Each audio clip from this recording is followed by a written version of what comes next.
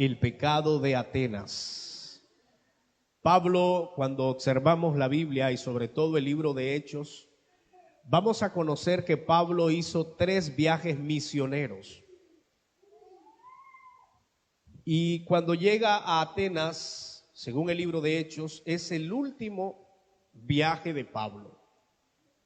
Y en Atenas, Pablo da el discurso número 3. Y un discurso muy potente, muy fuerte, muy confrontativo. Y este es el último discurso de Pablo en sus 3 viajes. Y en este discurso Pablo lo que hace es poner en manifiesto el pecado de Atenas. Confronta las enseñanzas falsas y Pablo termina dando una enseñanza claramente acerca de quién es Dios. Por eso el día de hoy vamos a aprender sobre este pecado de Atenas, vamos a aprender acerca del discurso de Pablo y vamos a terminar reflexionando, porque es importante que todos reflexionemos y nos contextualicemos acerca de lo que Pablo hizo hace miles de años en Atenas. Le doy un poco de información acerca de Atenas. Atenas fue la ciudad principal de la antigua Grecia. Cuando hablamos de Atenas, hablamos de una ciudad famosa porque su cultura la hacía famosa. También habían filósofos del momento que vivían en Atenas. Esta ciudad, su origen, el nombre Atenas, viene de la diosa de la sabiduría, Atenea. Y de allí le pusieron, basado en esta diosa de la sabiduría, le pusieron el nombre a Atenas. Atenas era famosa porque allí edificaban, construían edificios famosos, muy importantes, que a lo mejor usted lo está viendo ahora en pantalla, de algunos de ellos que hasta la actualidad existen. Y hoy Atenas es un lugar muy turístico donde se visita bastante, porque todavía hay resto de aquel entonces. Allí hay monumentos, hay estatuas. Es una ciudad muy famosa, pues en aquel entonces era una de las ciudades más sobresalientes y más importantes. Allí se conocía como la ciudad del conocimiento, en aquel entonces como la ciudad donde estaban todos los filósofos más importantes de aquel entonces.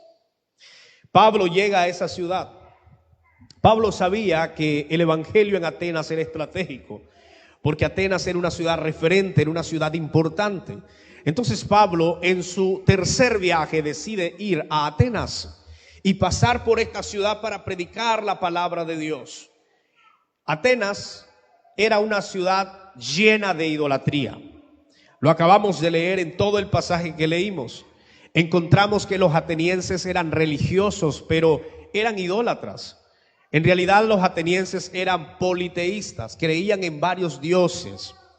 Ellos enseñaban que debíamos aprender o debían de aprender en aquel entonces de varios dioses, que cada uno de los dioses servía para cierta función. Por eso ellos tienen dioses para todos, o tenían en aquel entonces dioses para todos. Por ejemplo, tenían al dios Zeus en romano, o los romanos lo conocían como el dios Júpiter. Ellos creían que ese era el dios del cielo, el dios del trueno, el gobernante, el rey de los dioses. Creían que Zeus era el poderoso, el grande de todos los habitantes de la tierra. Pero también ellos tenían al dios Hera. Esta era la diosa del matrimonio y de la familia. Cuando alguien se quería casar, entonces esperaba que fuese a la diosa Hera para que pudiera rogarle por su matrimonio, por su bienestar matrimonial o familiar. También tenían un dios llamado Poseidón. Este era el dios de los mares, dios de los terremotos, el dios de los caballos. Ellos creían que cuando había terremotos que el dios Poseidón estaba actuando, estaba incómodo.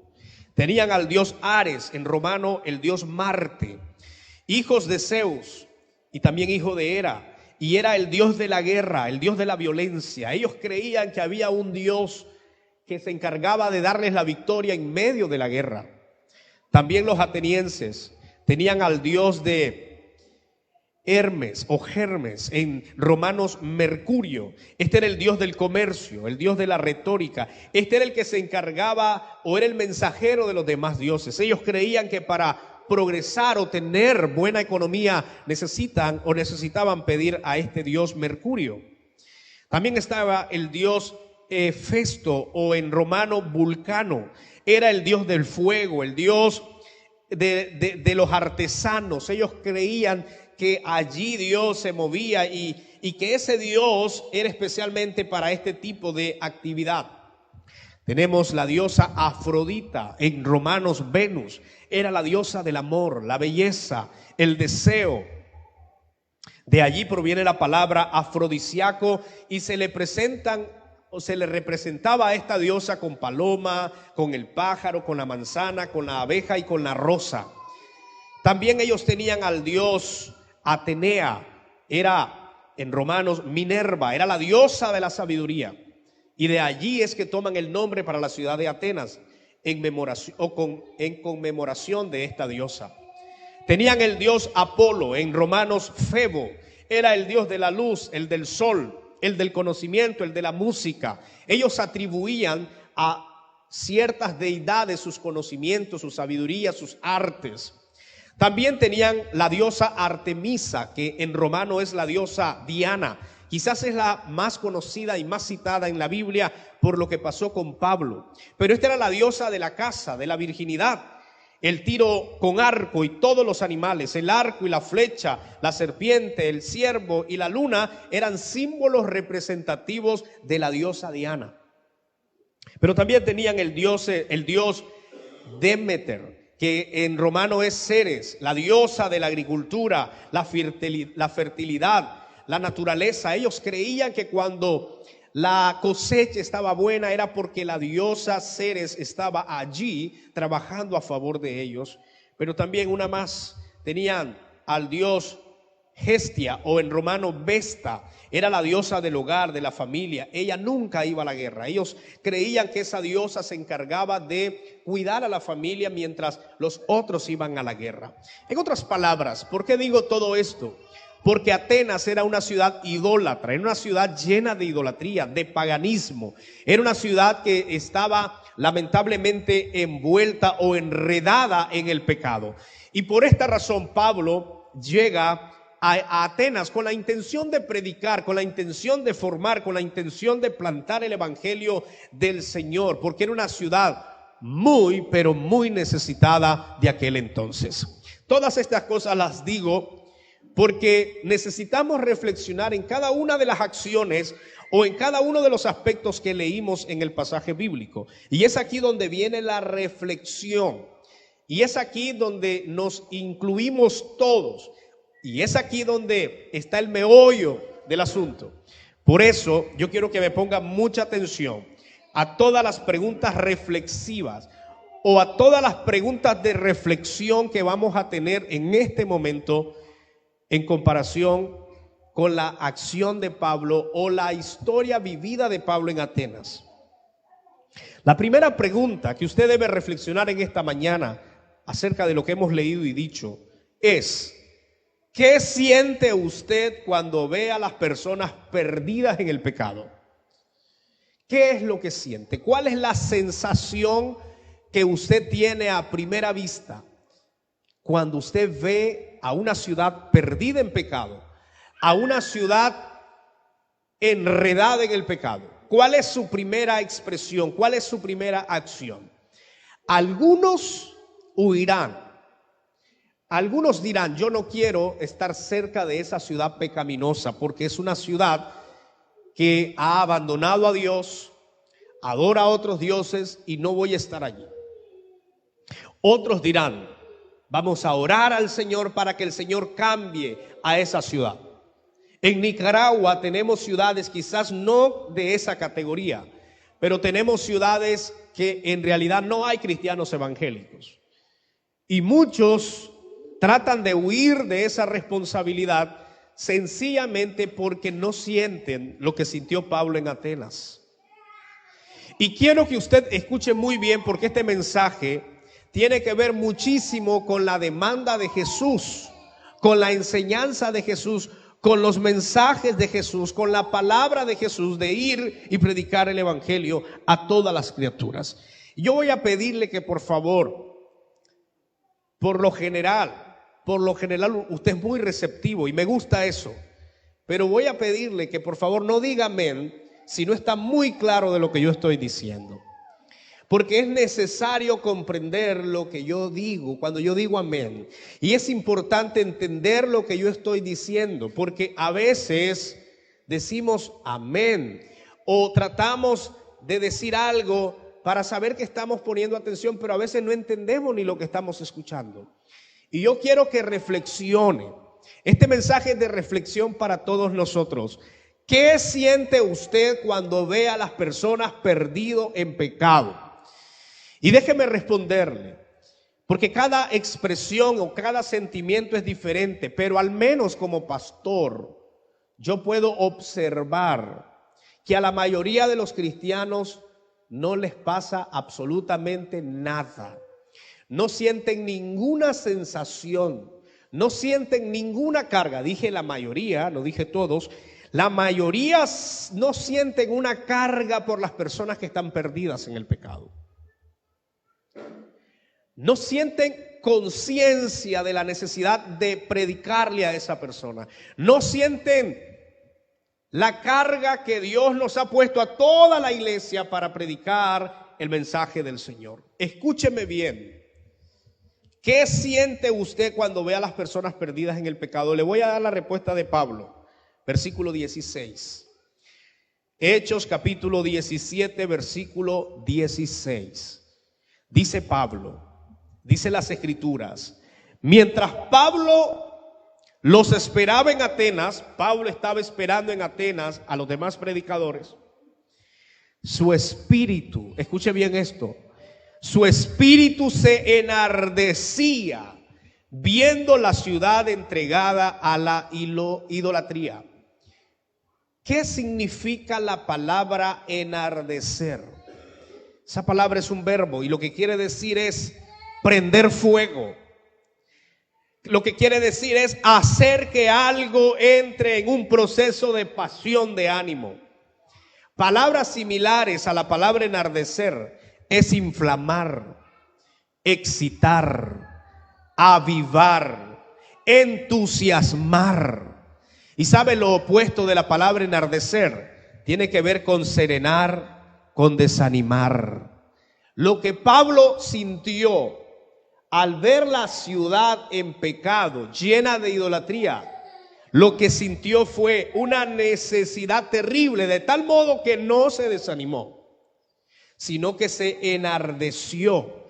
Y eso quiere decir que se llenó de pasión, que se avivó un fuego dentro de él para predicar la palabra de Dios a los atenienses.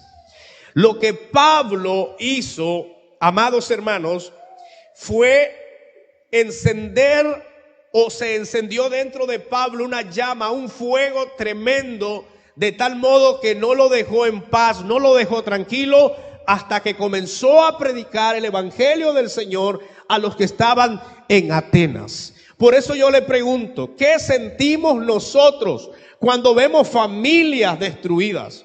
Cuando vemos hogares destruidos por el pecado, cuando vemos a drogadictos en la calle, cuando vemos a personas desnudas, cuando vemos a personas en necesidades terribles, ¿qué siente usted, hermano? Esa es la pregunta.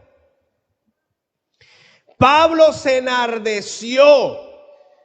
Pablo no se desanimó, porque cualquiera hubiera dicho esta ciudad es pagana.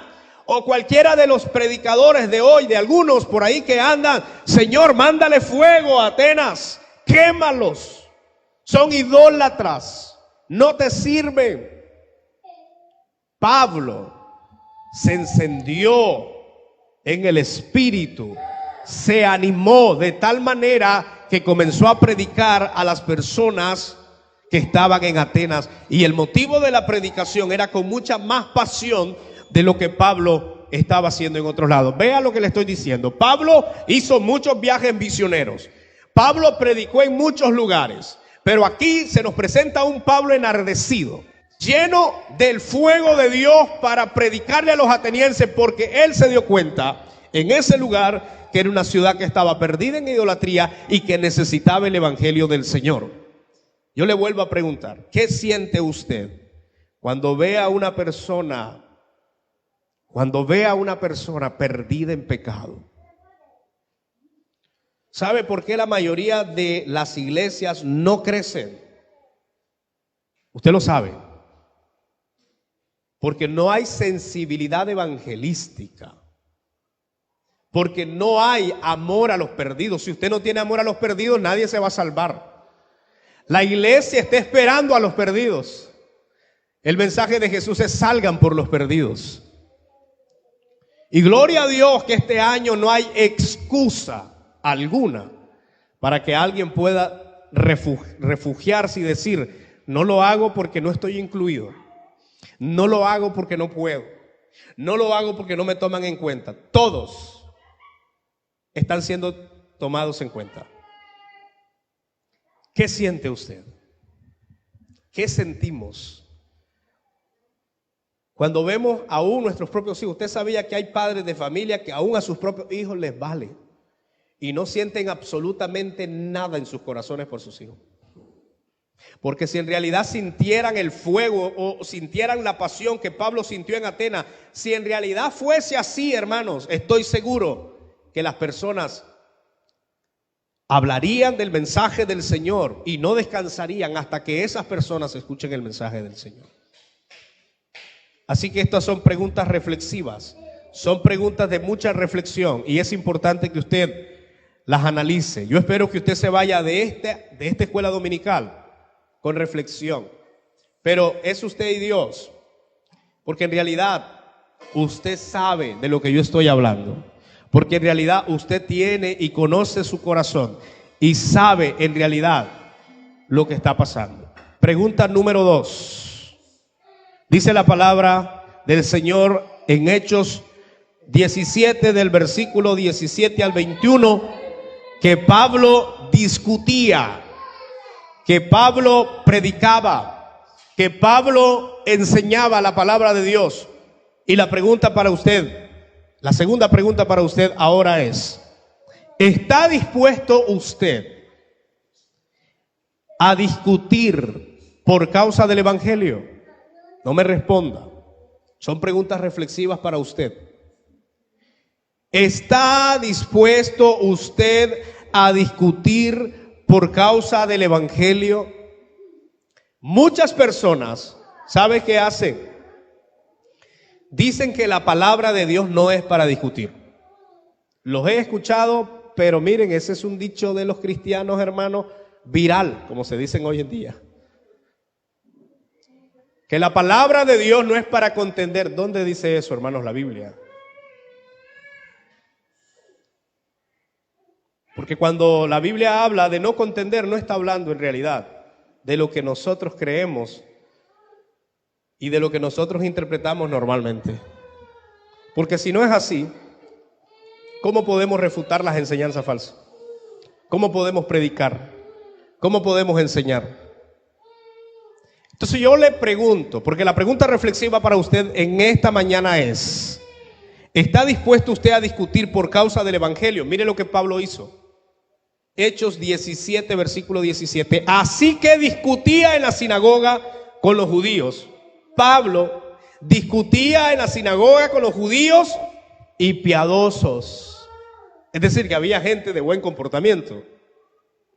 Y Pablo dice que discutía con los judíos y los piadosos en la plaza cada día. También discutía con todos los que concurrían. Pero algunos filósofos de los epicúreos y de los estoicos disputaban con él.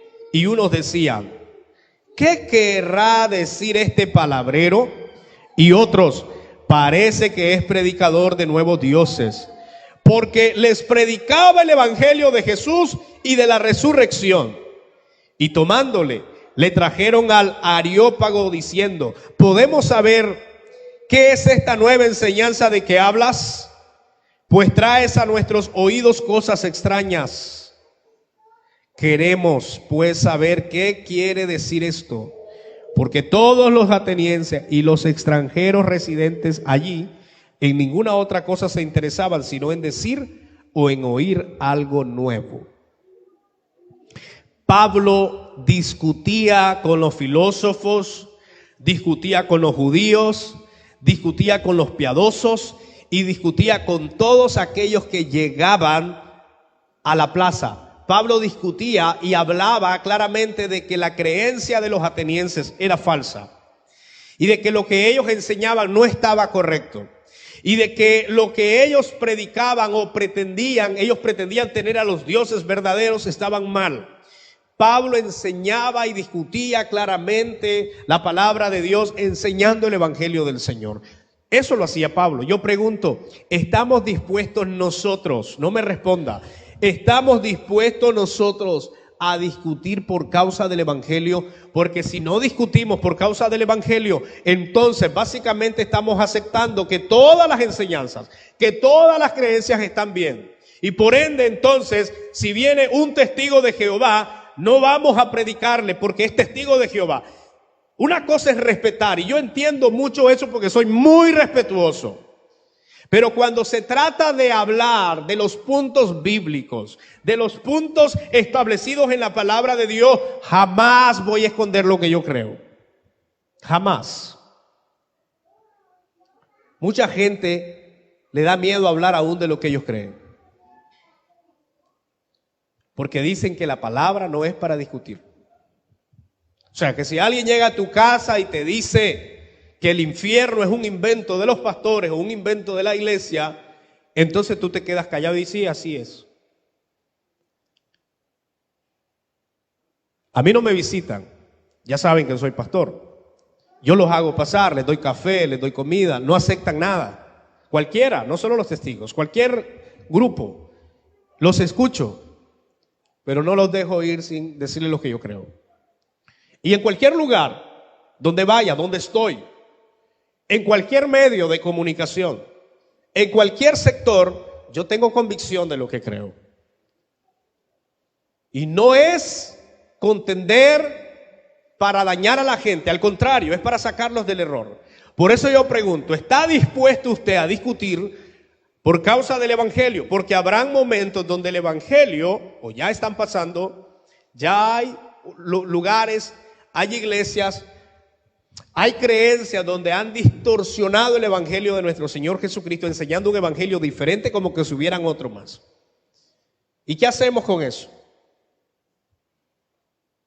Como lo dije la vez pasada, la mayoría de los cristianos son los que viven diciendo, no debemos decir eso, hay que predicarles de amor. Tratar de sacar del error a una persona es amor. Una cosa es llenarse de arrogancia y hacerlo con intenciones maliciosas. Otra cosa es que estés preocupado para que ellos conozcan a Dios. Hermanos amados, es muy probable que los cristianos de hoy en día no deseen discutir por el evangelio. Ellos se sienten bien con lo que creen y hasta ahí lo dejan. Y si alguien más quiere aprender o está errado, ahí lo dejan. La mayoría no lo sacan del error. ¿Pero por qué será? La pregunta es porque desconocen aún lo que ellos creen. Y quiero que por favor me ponga atención. Pablo discutía porque sabía que lo que él creía era verdad. Pablo no desaprovechó la oportunidad de predicarles a los atenienses porque él sabía que su mensaje era absoluto, único. Y por eso Pablo se atreve a enfrentarse, no a un grupo de indígenas, gloria a Dios por los indígenas, no a un grupo pequeño, inocentes, ignorantes, que no tienen conocimiento. Está enfrentándose con los filósofos, está discutiendo con judíos de años, está discutiendo con personas que tenían conocimientos extraordinarios y que eran conocidos en ese sector de Atenas por la sabiduría de ellos. De tal modo que esa ciudad de Atenas era puesta por causa de la diosa sabiduría. Pablo sabía lo que él estaba enseñando. ¿Y sabe por qué Pablo discutía entonces? Porque tenía conocimiento de su Dios. Yo concluyo básicamente que la gente hoy en día no discute por el mensaje del Señor, porque desconoce aún lo que ellos creen. Y miren lo que Pablo hacía. Yo quiero que por favor ponga atención. Hechos 17, 22 al 31. Lo leemos.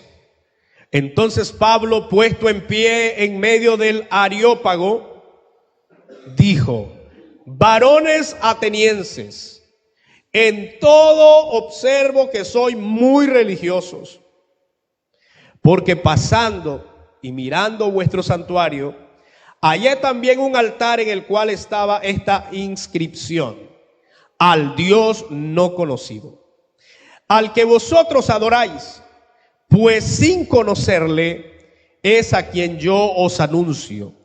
El Dios que hizo el mundo y todas las cosas que en él hay, siendo Señor del cielo y de la tierra, no habita en templos hechos por manos humanas, ni es honrado por manos de hombres, como si necesitase de algo, pues Él es quien da a todos vida y aliento y todas las cosas.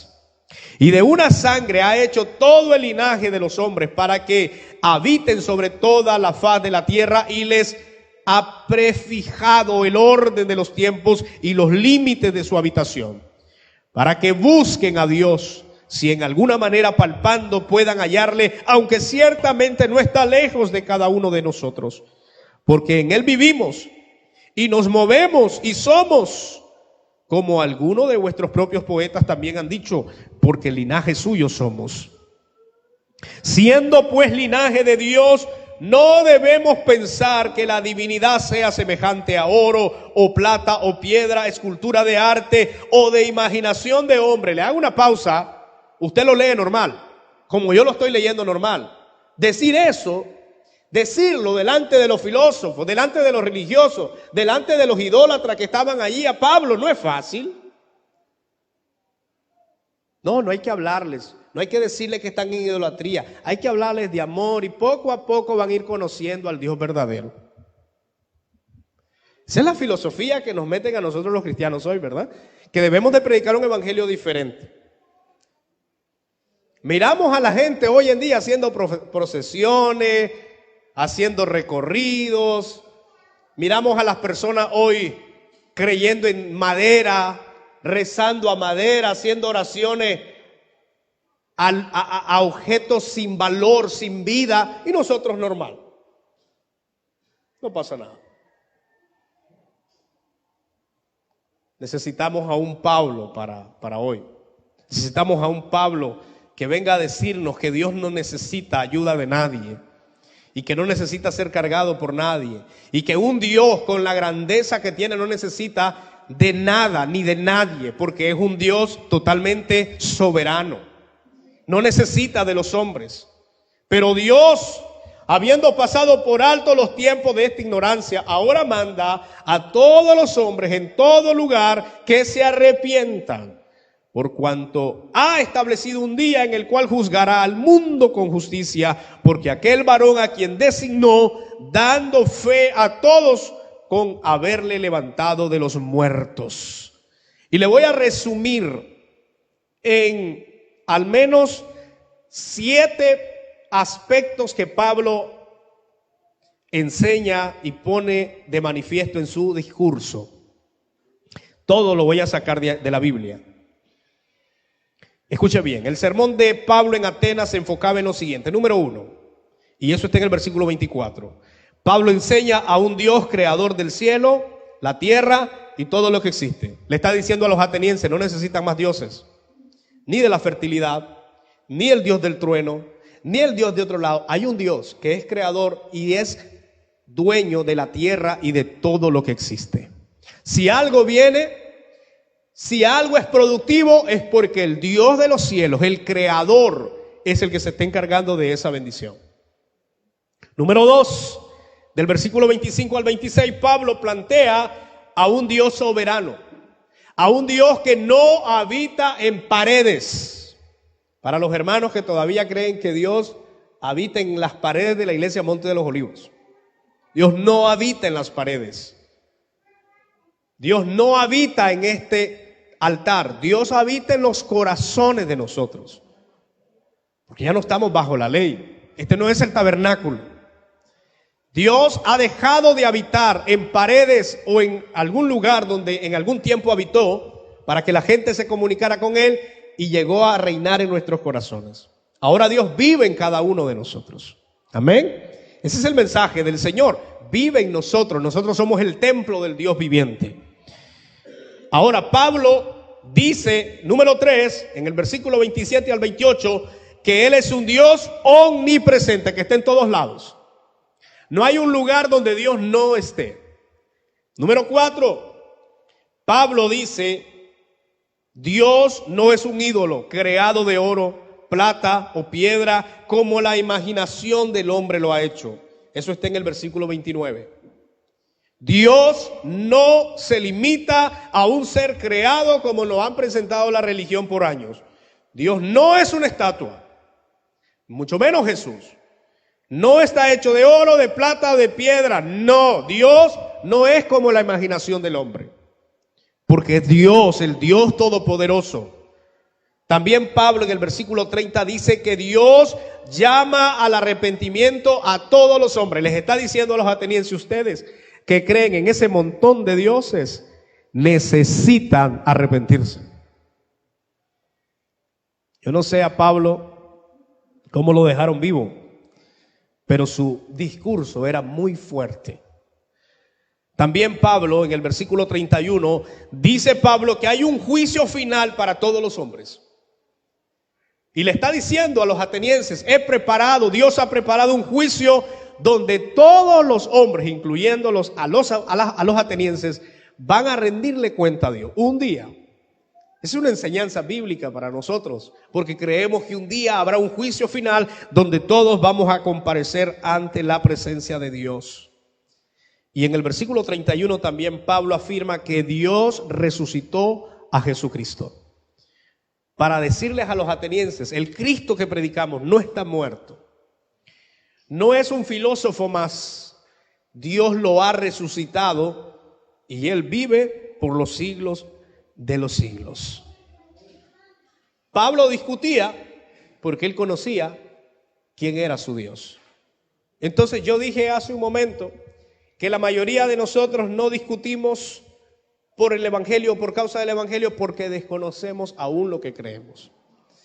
Claro, si tú no conoces lo que crees y no puedes en realidad discernirlo en su totalidad, entonces no vas a poder defenderlo nunca. Y es ahí donde encontramos a personas que hoy día están en un grupo, otro día están en otro grupo y otro día van en otro grupo, porque todos los grupos lo van convenciendo. No está seguro de su fe, no tiene certeza, no tiene convicción, no sabe lo que cree. Que no nos pase a nosotros, hermanos. Nosotros necesitamos estar seguros de nuestra fe. ¿Y sabe por qué pasa? ¿Por qué llegamos a tanta ignorancia en la iglesia? Porque no se lee la palabra de Dios. Porque no se disfruta la palabra de Dios. Porque muchos ni Biblia tienen. ¿Usted sabe eso, que hay cristianos que ni Biblia tienen? No les diga a nadie, por favor, ¿oyeron? Pero hay cristianos que no tienen Biblia. Que el Señor los encuentre confesados. Es un problema serio. Mira, hay gente, yo siempre lo digo, hay gente que es cristiana, hermano. Es que yo no puedo ni explicarlo. Pero en realidad debemos aprender lo que creemos y defender lo que creemos. Estar en convicción de lo que nosotros hemos recibido. Es el evangelio maravilloso, es el reino de Dios en nosotros, es la palabra revelada del Espíritu de Dios a nosotros. Debemos conocerla. Nuestro compromiso debe ser leer más la Biblia, orar más, buscar más de Dios para comprender más a Dios y conocer más a Dios. No lo vamos a conocer en su totalidad, pero al menos voy a poder defender lo que yo creo. Número 4, y con esta pregunta reflexiva termino. Pregunta número 4. ¿Cree usted que su predicación es en vana? Algunos van a responder rápidamente, no, no es en vana, porque Pablo dice que el trabajo en el Señor no es en vano. Es verdad, Pablo lo dice. Pero basado al contexto que estamos leyendo, a mí me impresiona. Yo por eso cuando leo la Biblia, hermanos, miren, yo me voy solo y me quedo muy solo disfrutando cada palabra de la que yo leo. Analizo cada palabra. Todo lo que vamos diciendo es fuerte, pero los resultados fueron muy poderosos. Cuando usted lee el versículo 32 y versículo 34, hasta el versículo 34, mire con qué usted se encuentra. Escuche bien, Hechos 17, 32 al 34. Pero cuando oyeron, escuche bien, de la resurrección de los muertos, ¿qué pasó? ¿Qué hacían con Pablo? Se burlaban. Yo sé que hay cristianos que no tienen mucha seguridad de lo que ellos creen, que con el primero que se burle de su predicación van a dejar de predicar. Porque creen que sirven de payasos o sirven de objeto de burla. A Pablo se le burlaron en la cara, se rieron de Pablo, se burlaron porque los estoicos y los epicúreos, que eran este grupo de filósofos, no creían en la resurrección de los muertos. Y cuando escuchan a Pablo terminar su discurso diciendo que Dios resucitó a Jesucristo y que no está muerto, sino que Jesús resucitó, se comenzaron a reír y a burlarse, porque ellos dicen, no hay resurrección. Este está loco. Algunos dirán, por esta acción yo no predico porque se ríen de mí, se burlan de mí. No esperemos otra cosa. Si la gente que no comprende nuestra fe es lo que va a hacer, burlarse de nosotros. Nos va a decir que parecemos tontos andar allá predicando, evangelizando en las casas. La gente va a decir, no tienes que hacer. Y cualquier otra cosa la gente puede decir, es normal, es cuestión de esperarse porque no comprenden el mensaje de Dios. Pero Pablo, escuche bien, Pablo enfrentó la burla de estas personas. Se burlaban, pero otros decían, escuche bien, ya te oiremos acerca de esto otra vez. En otras palabras, gracias por decirnos, pero otro día te voy a escuchar. Unos se burlaban porque Pablo habló de resurrección, otros dijeron, otro día hablamos. No me interesa, otro día hablamos. Pablo, dice la Biblia, que salió en el versículo 33. Así Pablo salió de en medio de ellos. Y escuche aquí el resultado maravilloso, versículo 34. Mas algunos creyeron. Eso es el resultado poderoso. Pablo está predicando en la ciudad de la sabiduría en ese entonces. Está hablando a filósofos. Lo impresionante es que al menos se mencionan 2 personas que creyeron en el mensaje de Pablo, en el mensaje del Señor.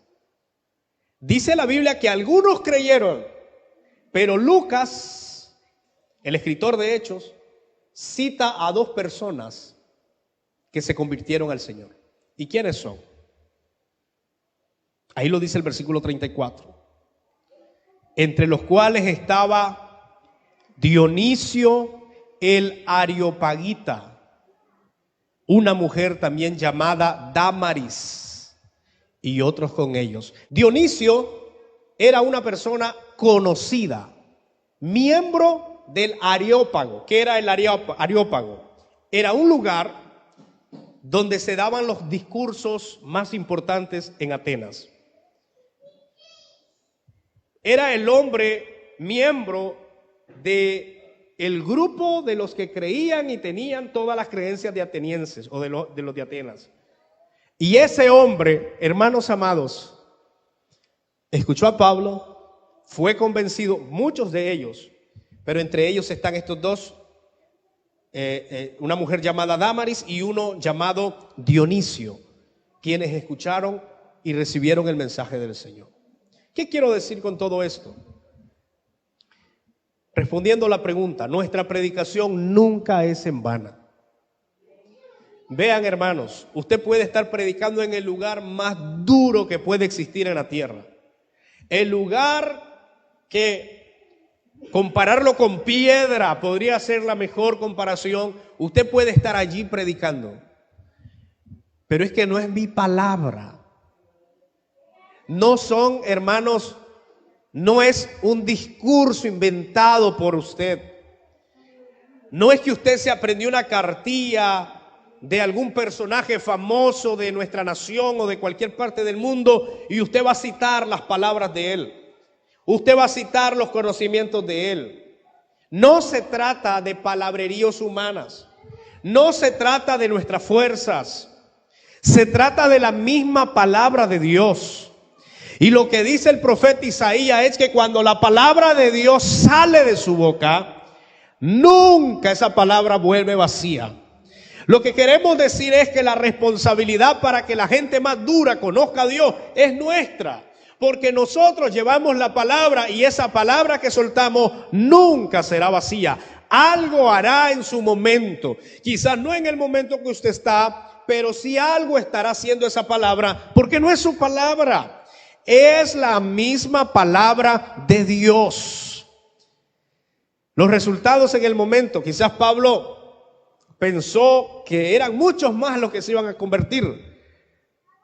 Pero yo estoy seguro que Pablo se fue muy contento después de dar un discurso importante, después de recitar la historia y todo el proceso de Jesús. Estoy seguro que Pablo se fue muy, pero muy alegre al saber que dos personas principales de esa ciudad escucharon el mensaje y se convirtieron al Señor y que otros más se convirtieron al Señor. Porque Pablo sabía que lo que él predicaba era un evangelio de poder que cambia vidas y transforma naciones. Amados hermanos, la predicación nunca es en vano. Por lo tanto, nosotros debemos preocuparnos por la predicación. Cada persona que escuche el mensaje del Señor, esa persona es marcada. Y debemos aprovechar cuando tenemos la oportunidad. No hablemos de otras cosas, no perdamos el tiempo. Hablemos de la palabra de Dios y estoy seguro que esa palabra va a ser, hermano, un efecto poderoso en las personas. Cualquier persona que pueda predicar la palabra de Dios, estoy seguro que va a tener efecto en el corazón de las personas. Este mensaje y este último punto es para animarnos a nosotros a la predicación, hermanos. Yo sé que muchas veces nos desesperamos porque queremos ganar a una persona para Cristo y nunca llegó. Pero mis palabras, mi predicación, que es la palabra de Dios en realidad, nunca vuelve vacía. Estoy seguro que el Señor hará lo que Él tiene que hacer donde se deposita su palabra. ¿Cuántos dicen amén? Por eso, amados hermanos, termino diciendo, para los religiosos y filósofos de Atenas, la enseñanza de Pablo era extraña. Ellos se asustaron. Ellos dicen, ¿de qué nos viene a hablar esto? Porque ellos creían en muchos dioses. Pablo solo enseñaba de un Dios. Pablo hablaba en realidad de que el Dios verdadero era el Dios de su predicación. Y esto, hermanos, esta historia bíblica a nosotros nos recuerda estas 4 cosas que yo he dicho. Número 1, nos recuerda a que nosotros debemos predicar enérgicamente el evangelio del Señor. Que cuando miremos a los perdidos, en vez de darnos otra sensación, nos dé compasión y nos motive a ir a predicarle. También esta historia bíblica, hermanos, nos recuerda a que nosotros debemos discutir cuando hay que discutir. No vamos a ponernos los guantes, mucho menos si es más grande que usted, peor. No, eso sería tontera. Pero hay momentos que tenés que hablar, hermanos, y defender lo que vos crees. Y número 3, nos enseña esta historia a que conozcamos más de Dios, que nos empapemos más de Dios. Y por último, Dios nos recuerda en esta enseñanza que la predicación nunca es en vano. La palabra de Dios siempre tiene efecto en el corazón de los hombres.